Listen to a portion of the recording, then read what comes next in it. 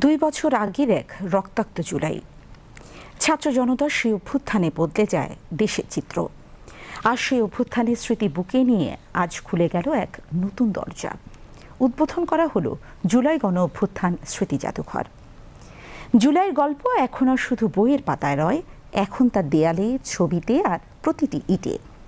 জুলাই গণ অভ্যুত্থান স্মৃতি জাদুঘর প্রাঙ্গণে এর উদ্বোধনী অনুষ্ঠানে এভাবেই অনুভূতি প্রকাশ করেন জুলাই যোদ্ধা ও জুলাই শহীদ পরিবারের সদস্যরা। বিস্তারিত শারমিনের প্রতিবেদনে। জুলাই স্মৃতি জাদুঘর আজ রক্তে লেখা ইতিহাসের ঠিকানা। একটা সময় এই গণভবন ছিল ক্ষমতার কেন্দ্রবিন্দু। 2024 সালের 5 আগস্ট ছাত্র জনতার অভ্যুত্থানে সেই দেয়াল ভেঙে বেরিয়ে এসেছিল মানুষের পুঞ্জীভূত ক্ষোভ। 2 বছর পর সেই একই গণভবন খুলে দিল তার দরজা।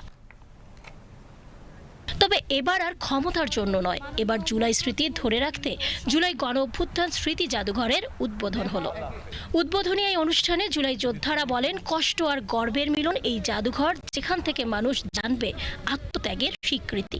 জুলাই যেন ইতিহাসের একটি অধ্যায় হয়ে না থাকে, জুলাই যেন বাংলাদেশের ভবিষ্যৎ রাষ্ট্র গঠনের প্রেরণা হয়ে থাকে।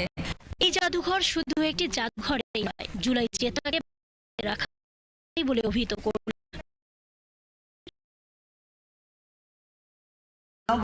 ছিল যে এরকম উচ্ছ্বাস কল্পনাও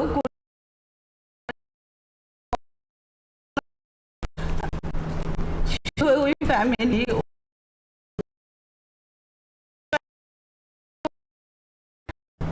বিনীত অনুরোধ যেন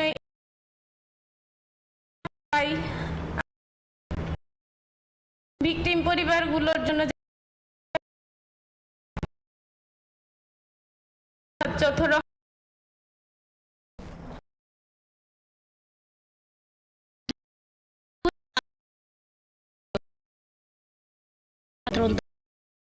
উন্মুক্ত জাদুঘর। উদ্বোধনী অনুষ্ঠানে প্রামাণ্য চিত্র।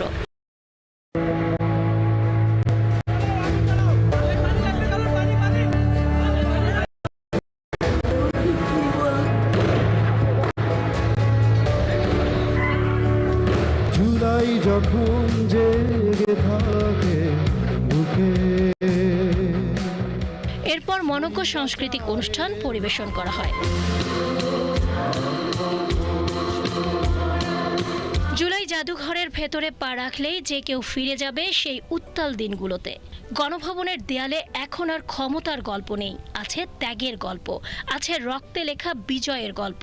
জুলাই স্মৃতি জাদুঘর সেই গল্পই বলবে প্রজন্ম থেকে প্রজন্মে, যাতে ভবিষ্যতের বাংলাদেশ মনে রাখে গণতন্ত্রের দাম কতটা। সীমা শারমিন, BTV নিউজ।